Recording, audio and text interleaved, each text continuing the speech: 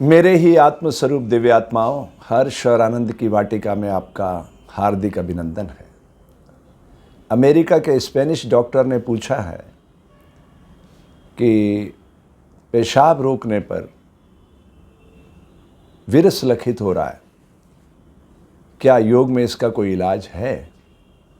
हाँ, बिल्कुल इलाज है। ये वात, पित्त और कफ के असंतुलन की कहानी है, जिसके कारण ये सारी प्रॉब्लम आई। तो इन तीनों को संतुलित करने के लिए आज हम यात्रा करेंगे। जिन लोगों को इस तरह की प्रॉब्लम है, जिनके शरीर में अकड़न, जकड़न, ऐंठन है, वह भी इस क्रिया से लाभान्वित हो सकते हैं। तो चलिए यात्रा शुरू करते हैं।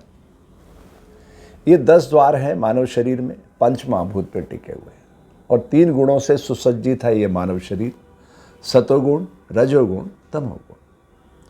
तो तीनों गुण अपने अपने स्वभाव के अनुरूप अपना काम करते हैं। उसी के बल पे आँख देखती है, कान सुनता है, नासिका श्वास भी लेती है, गंध, सुगंध, दुर्गंध का एहसास भी कराती है, जिह्वा स्वाद बताती है, वाणी का उद्गम करती है, और त्वचा मौसम का हाल देती है।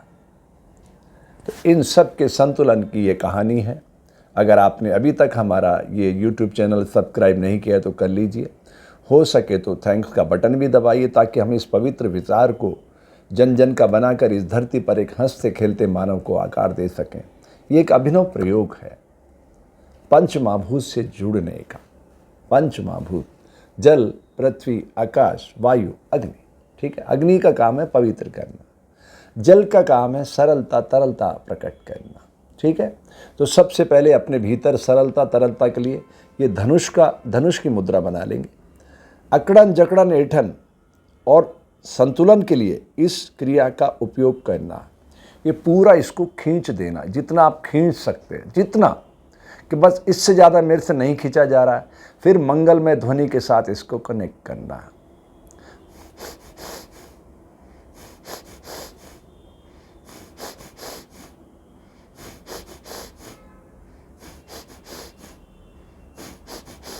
इस तरह से 5 बार इनहेल एक्सेल के साथ मंगलमय ध्वनि को मैच करना। अब पृथ्वी,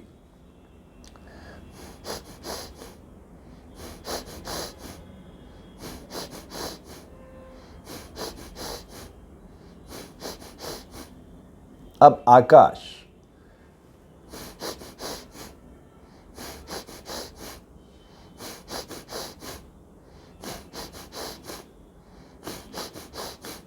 अब वायु,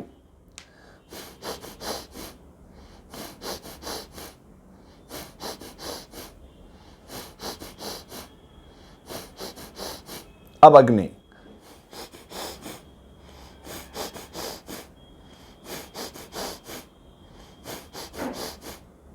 इस तरह से समझिए कि आधा हिस्सा हमारा शरीर जड़ है और आधा चेतन है। ठीक है, जड़ और चेतन को मिलाना है।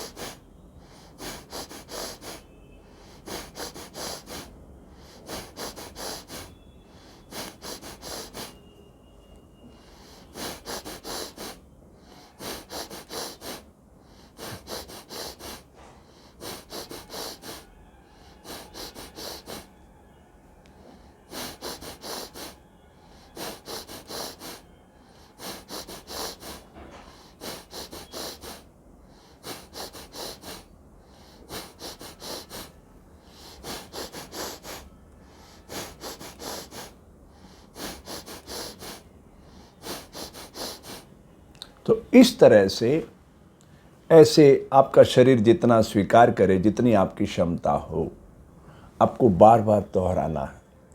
ऐसे धनुष की तरह इसको खींचते जाना है। हाथ बिल्कुल सीधा रखना है, और श्वास प्रश्वास के साथ जब आप जल तत्व को देख रहे हैं तो उसको बहता हुआ फील करें शरीर के भीतर। जब धरती के साथ जोड़ रहे हैं तो उसको घूमता हुआ महसूस करें। जब आकाश के साथ जोड़ रहे हैं तो उसको ध्वनि के साथ महसूस करें। और जब वायु के साथ जोड़ रहे हैं तो उसको गतिशील होता हुआ देखें कि कैसे सबको साथ लेके चल रही है। और जब अग्नि के साथ करें तो उसको पवित्र होता हुआ देखें कि मेरे शरीर के रोम रोम में नई ऊर्जा का स्पंदन हो रहा है, नई ऊर्जा प्रकट हो रही है। इसी तरह से उस भाव को विराट करते जाना है। जल, पृथ्वी, आकाश, वायु, अग्नि, ये सूत्र याद रखिएगा। जल का काम क्या है? बहना, सरलता, तरलता। पृथ्वी का काम क्या है? घूमना। आकाश का काम क्या है? रिक्त करना, यानी ध्वनि से प्रकट होना, मंगल में ध्वनि है उसके भीतर। वायु का काम क्या है? इन सबको गतिशील करना, सबको जोड़ना, ये वायु का काम है। आप ऐसा करके देखिए, इस तरह से आपको खुद को लगेगा कि दोनों हाथ एक दूसरे को आपस में खींचने लगे। ऐसा आप, पूर्णांक कितना होता है? 108। आप ऐसा करके देखिए, ऐसे धीरे धीरे पास लाइए, उसको दूर लीजिए, तो आपको लगेगा कि कोई चुंबक है इसको खींच रही है अपने आप। ऐसा करके देखिएगा।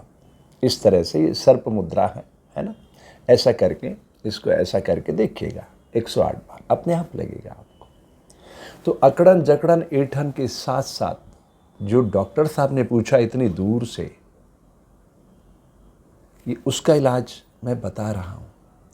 वात, पित्त और कफ का संतुलन ही पूर्ण स्वास्थ्य का परिचायक है, पूर्ण स्वास्थ्य का। और ये बिगड़ते हमारी गलतियों से है। पहली गलती हम क्या करते हैं? भोजन करते समय हम प्रॉपर चू नहीं करते, हमारा ध्यान अखबार पे है, टीवी पे है, मोबाइल पे है, बातचीत पे है, तो प्रॉब्लम होगी। आप फोकस्ड हो जाइए, इन सबको डिलीट करो, समय कम लगेगा, ऊर्जा ज़्यादा मिलेगी। ये प्रकृति का बनाया हुआ देवालय, ये कोई भूल स्वीकार नहीं करता है। इसने अपने आप को बहुत आत्मानुशासन में बांध रखा है, उससे संसार का कोई चमत्कार खंडित नहीं कर सकता। तो दांत का काम आंख को नहीं देना है। भोजन करते समय पूरा फोकस्ड होके हर बाइट को रस बनता हुआ देखो। प्रकृति ने उसको कितना तपा के आपकी थाली तक पहुंचाया, कितने लोगों का अथक परिश्रम जुड़ा हुआ उससे, तो उसका आदर करना सीखो। जब आप उसका आदर करेंगे तो वो बदले में आपका निरादर थोड़ी करेगा, आपको बीमार थोड़ी होने देगा, आप में ऊर्जा का संचार करेगा। ठीक है। पेट को साफ रखना, दोनों समय मॉर्निंग इवनिंग फ्रेश, 2 समय खाना, 1 समय पखाना, ये बीमारी का कारण है।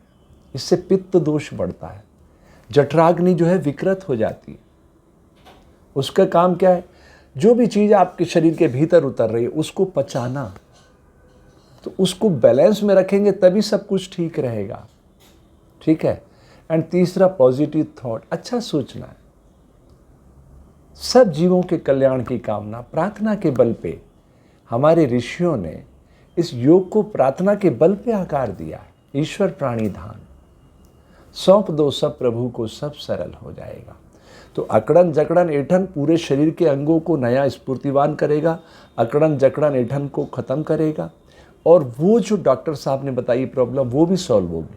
तो इस तरह की अगर आपकी कोई प्रॉब्लम है, मेजर प्रॉब्लम है, तो आप मेरे वीडियो पर अपना वो सारा सब कुछ लिख के भेजें, और मैं खुद पढ़ता हूँ, और जो उसमें से मुझे लगता है युक्ति संगत है कि इसका मुझे उपचार बताना चाहिए, मैं पहले अपने शरीर पे प्रयोग करता हूँ, फिर मैं बताने की कोशिश करता हूँ। तो ये जो अनुसंधान है ये बहुत ही वैज्ञानिक है। ये सारे तत्वों को 10 द्वारों के साथ कनेक्ट करने का प्रयास है। अब करके देखिए, 1-1 मिनट ठहराव कीजिए और इस मंगलमय ध्वनि के साथ इसको करिए।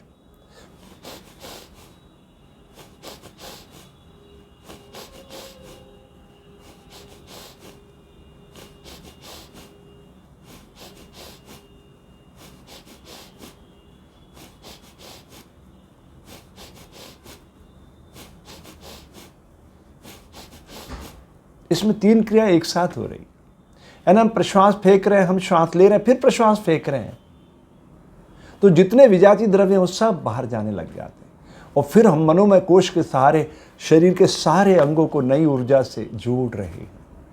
तो प्रकृति तो नित्य नूतन है, नित्य नूतन है। हर श्वास में नहीं हो जाती है वो, तभी तो शरीर को बदल देती है वो। हम अगर बैठे रहेंगे तो भी ये शरीर बूढ़ा हो जाएगा, होगा कि नहीं?